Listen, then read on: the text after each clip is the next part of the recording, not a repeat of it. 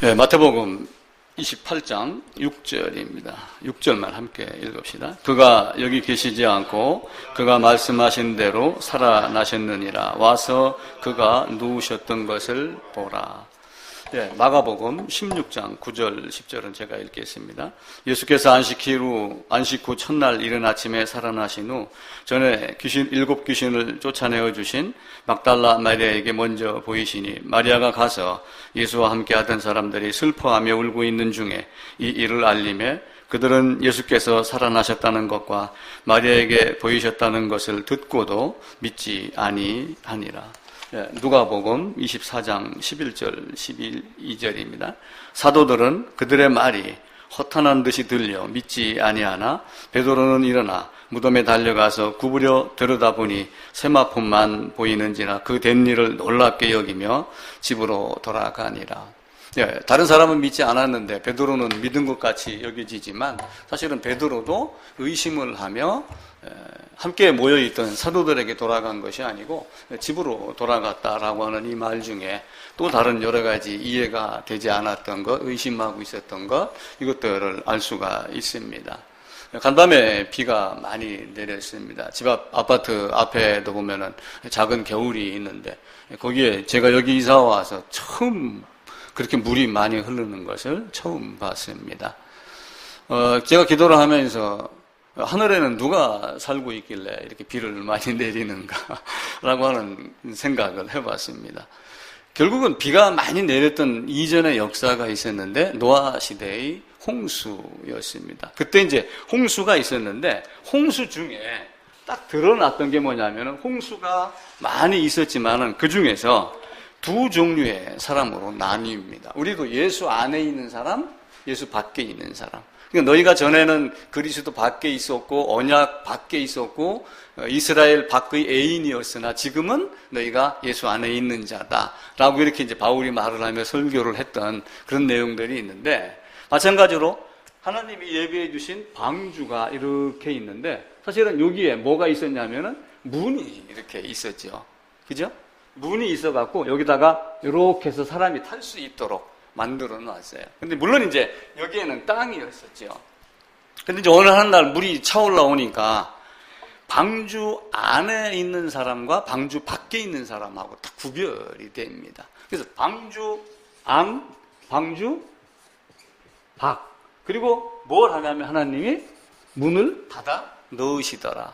들어갈 수 있는 문이 열려 있을 때 들어가야지 되는데 들어갈 수 있는 문이 닫히고 난 이후에는 열면 닫을 사람이 없고 닫으면은 열 사람이 없고 계시록에 나와 있는 그 말씀대로 한 번 닫힌 문은 절대로 다시 열리지 않는다. 그래서 세상은 딱 두 개지예요. 예수 아니냐 밖이냐, 방주 아니냐 방주 밖이냐, 이 두 가지를 보는 겁니다. 제가 왜 하늘에는 누가 살길래 이제 그 얘기를 했냐면은 설교를 준비하다가 갑자기 옛날에 노래 불렀던 박재란이라고 하는 가수가 있어요. 거기에 어떤 노래가 나오냐면 산 너머 강촌에는 이런 노래가 나와요. 혹시 아세요? 예. 그 산 너머 강촌에는 보면은 산 너머 강촌에는 누가 살길래 해마다 봄바람이 이렇게 불어오느냐. 그거예요. 제 아름다운 목소리를 한번 들려드릴게요. 조금만. 산 너머 남촌에는 누가 살길래 해마다 봄바람이 남으러 오네. 그렇게 하고 이제 꽃피는 4월이면 쭉 나가다가 마지막에 뭐 하면은 남촌서 남풍 불 때 나는 좋대나. 그러면서 제가 이제 그 노래가 퍼뜩 생각이 나며 산 너머 남촌에는 누가 살길래 바람을 보내주는가? 그럼 누가 살고 있어요? 그게 이제 우리 기준으로 보면 하나님이 바람을 보내주는 거예요. 그걸 모르니까, 야, 왜 남풍이 부는가? 잠언서 전도서에도 그 내용이 나와요. 따뜻한 옷, 남풍이 불어와서 그대의 의복을 벗기고 따뜻하게 하는 그 원리를 아느냐? 이렇게 물어보죠. 그런데 보통 사람들이 과학적으로 어떻게 이야기를 해요? 온도차, 기압차, 뭐 이런 것 때문에 이렇게 해가지고 바람이 불어온다라고 하는 건 알지만 그 원리가 되도록 산과 계곡을 만들고 온도 차이를 만드신 분에 대해서는 잘 생각하지를 않죠. 그래서 밤에 비가 오면서 제가 그럼 하늘에는 누가 살길래 이렇게 비를 내렸다가 내려주지 않았다가 이렇게 하는가? 역시 하나님 한 분이다 라고 하는 거예요. 근데 이제 그 하나님 한 분을 많은 사람들이 다 알고 있어요.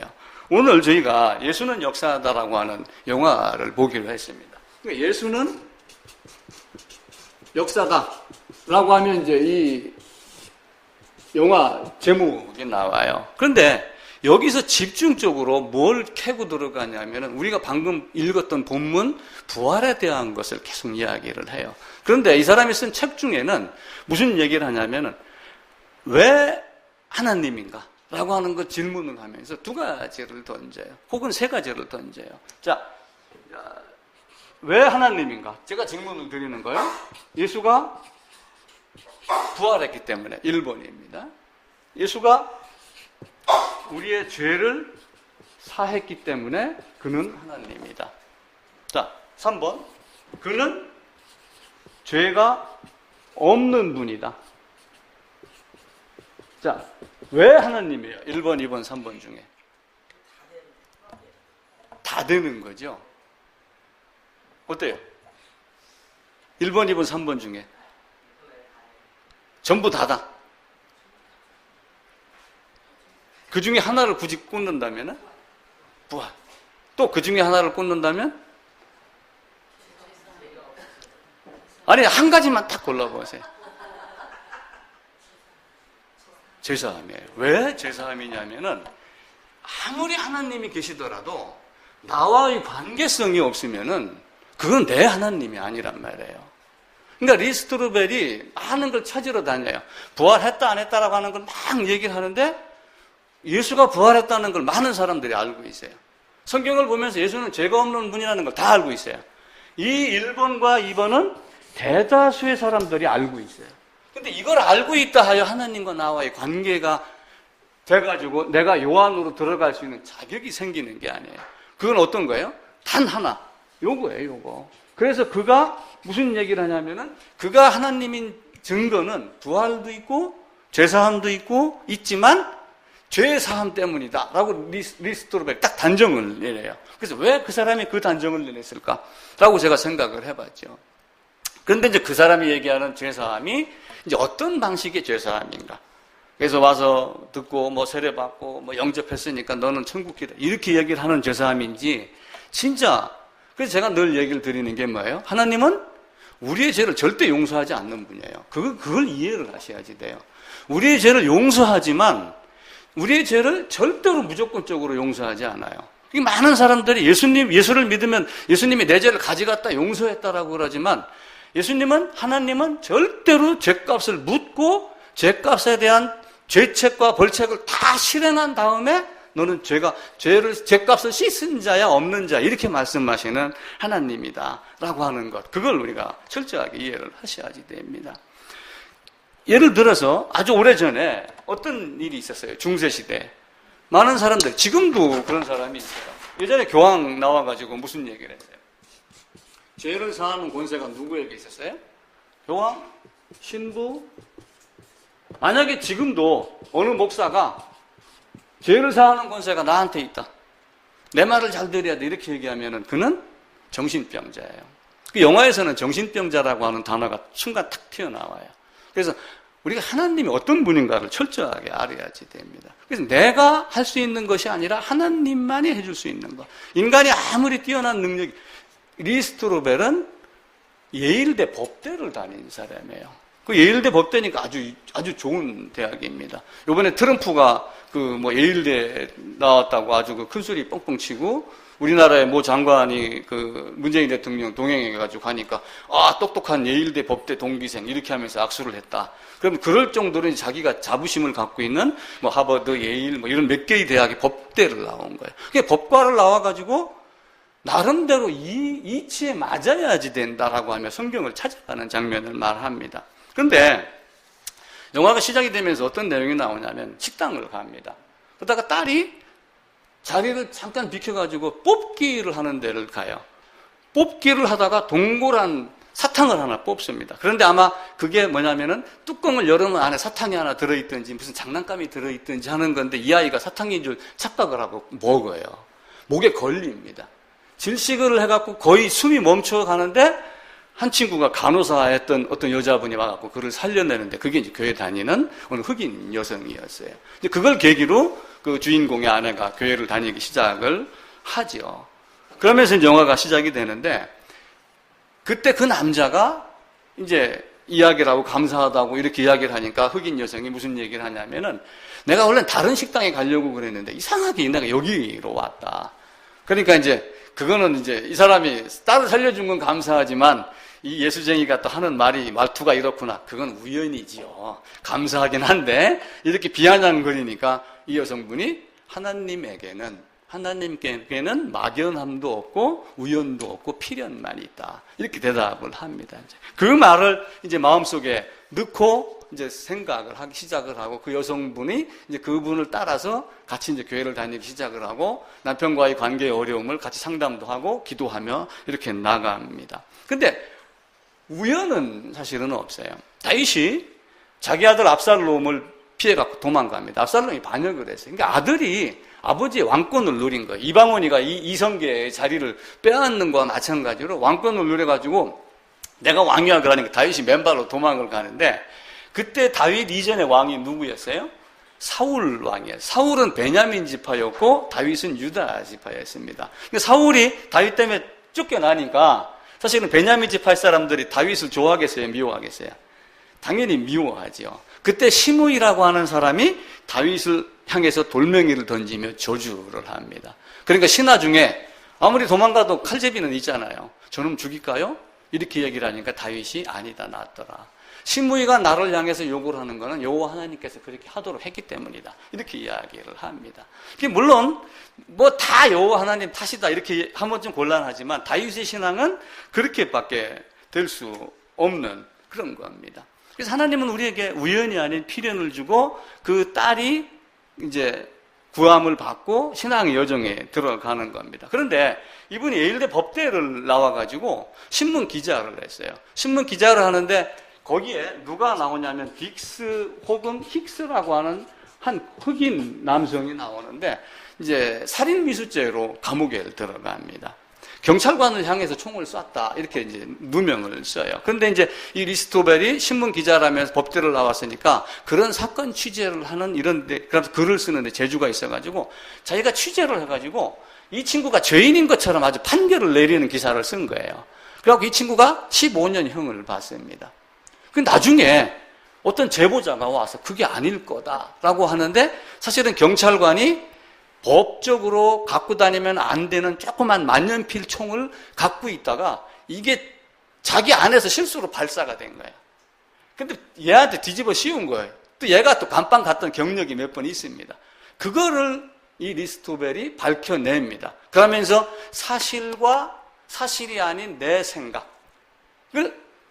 그 때문에 이 친구가 억울하게 됐구나라고 하는 걸 알고 팩트체크를 들어가는 거예요. 성경에 대해서. 그래가지고 이제 성경을 가지고 여기저기. 그러면서 이제 이 리스토벨이 나는 그런 법학자며 기자이기 때문에 반드시 내가 본 것만 보고 만지고 확인된 것만 나는 믿는다. 사실만 믿는 자다라고 이렇게 장담을 하죠. 그러면서 이제 여러 그 유명한 신학자. 우리는 저 같으면 찾아가라 해도 못 찾아가요.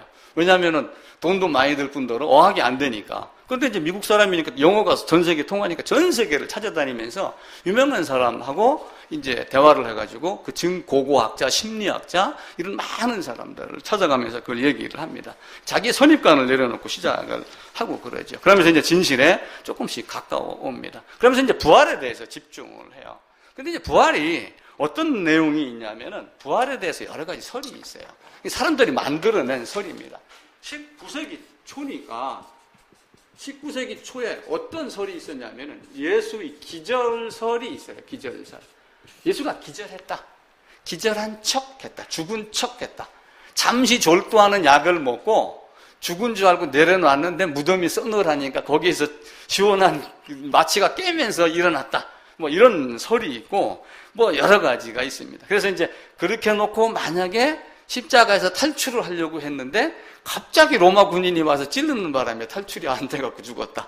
뭐 이런 설, 여러 가지 설을 만들어놔요. 그게 1965년, 72년, 92년 몇 차례 그게 등장을 합니다. 그런데 이제 이 친구가 가서 질문을 하면서 이거에 대한 이야기도 해요. 그러면서 여러분들 영화를 보면 왜 찔려서 피가 나오고 심장에서 흘렀던 물이 무엇이고 라고 하는 것을 영화를 통해서 한번 보고 다음 주에 제가 설명을 다시 한번 드리도록 하겠습니다. 그러면서 영화 중간에 무슨 얘기가 나오냐면 만약에 부활이 사실이 아니라면 어떻게 할 거냐.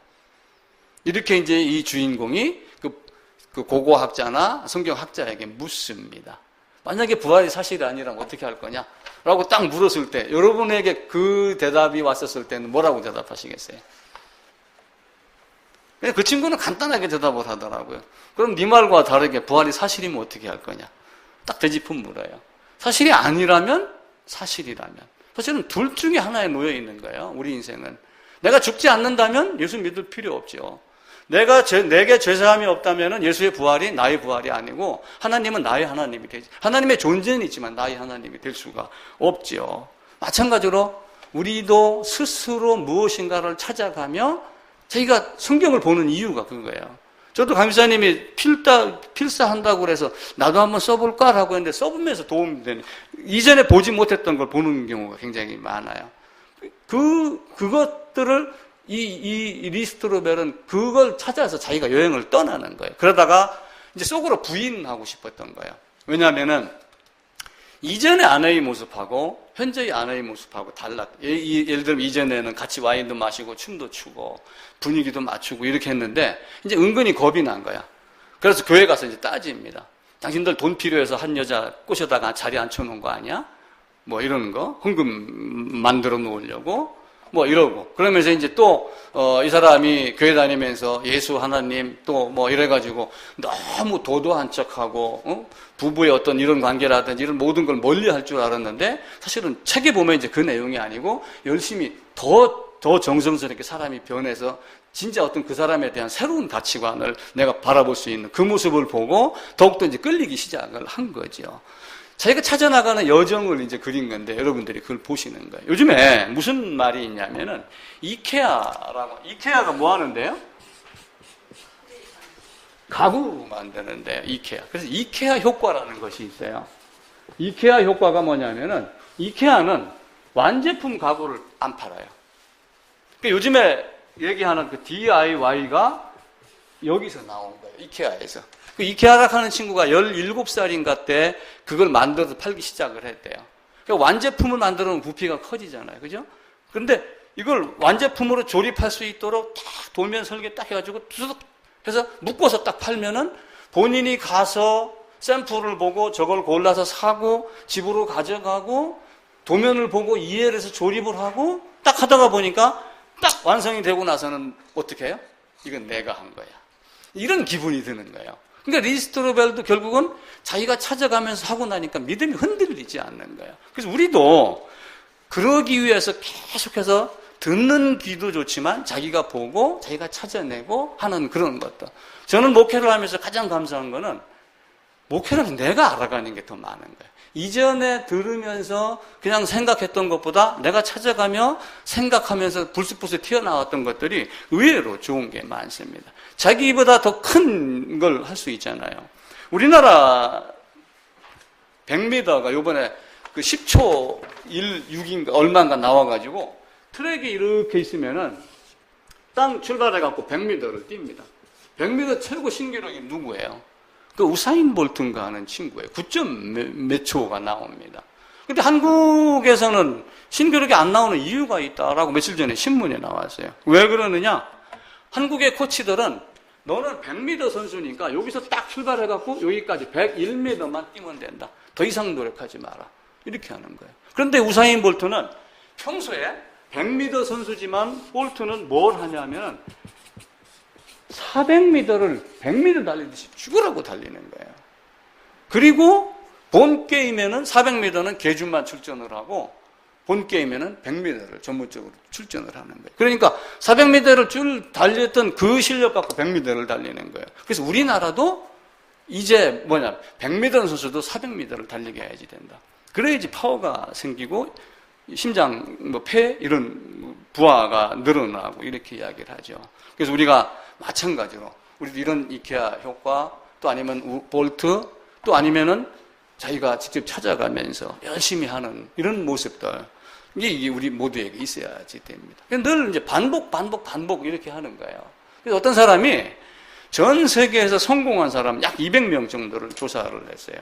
200명을 조사를 하면서 성공한 비결이 뭐냐라고 얘기를 하니까 성공의 비결입니다. 형섭이 잘 들어봐라. 성공의 비결. 딱 한두 가지예요. 성공의 비결은 여기 이제 우리는 성공을 하면 또 예수쟁이들은 극강 이렇게 얘기하지만 성공해야 됩니다. 예수 안에서 성공해야 돼요. 신앙도 갖고 있으면서 할 수 있는 여러 가지를 해야 되는데 매일 아침 일기를 쓴다. 아니면은 매일 저녁 그날 일기를 쓰면 뭘 하는 거예요? 하루를 돌아보고 반성하고 내일은 뭘 할까? 그래서 제가 강의하는 리더십 중에도 뭐가 있냐면은 매일 저녁마다 이걸 쓰면 매일 해야 할 일을 목록을 적습니다. 그렇게 하면 어떤 일이 딱 주어지면은 최소한도 한 가지 집중을 몇 시간 정도 하냐면 2시간 정도는 집중해라 라고 하는 이야기를 합니다. 그리고 내가 할 수 있는 일 말고 내가 할 수 없는 나보다 강한 것.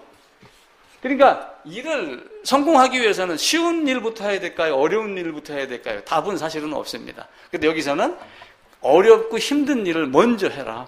그럼 나머지는 그래서 항상 우선순위 있는 걸 먼저 하고 나머지는 잔챙이는 버려도 되는 거거든요. 그러니까 이 친구는 나보다 강한 자를 만나서 패배하는 연습을 하는 거예요.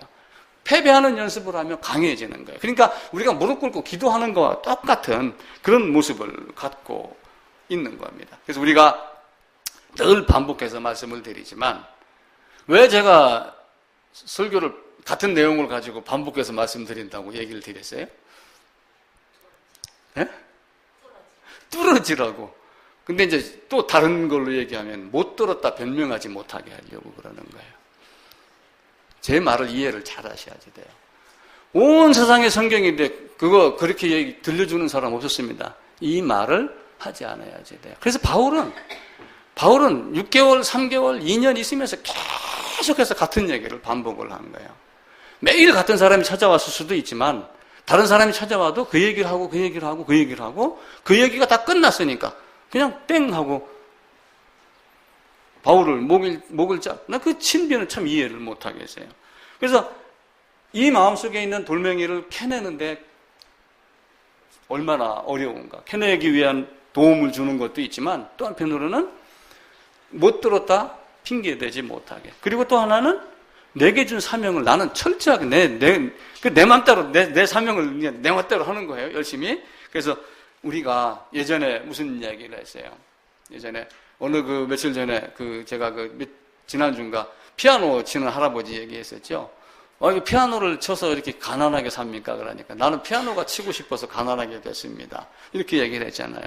그러니까 저도 복음을 전하기 위해서 가난하게 되어 있고 여러분도 복음을 듣기 위해서 사실은 가난한 교회를 찾아온 거예요. 그 가난이 아닌 조금 더 편안하고 더 활발하게 활동할 수 있는 많은 것들이 있지만 여러분들이 또 나름대로의 어떤 선택의 수준입니다. 그래서 영화도 이 사람이 말은 그렇게 했지만 그 사람이 신앙에 대한 간증을 하는 내용은 나오지 않아요. 이제 그건 여러분들이 이제 추론을 하는 거고 그 영화에서 부활했기 때문에 하나님이냐, 내 죄를 사했기 때문에 하나님이냐, 죄가 없기 때문에 하나님이냐.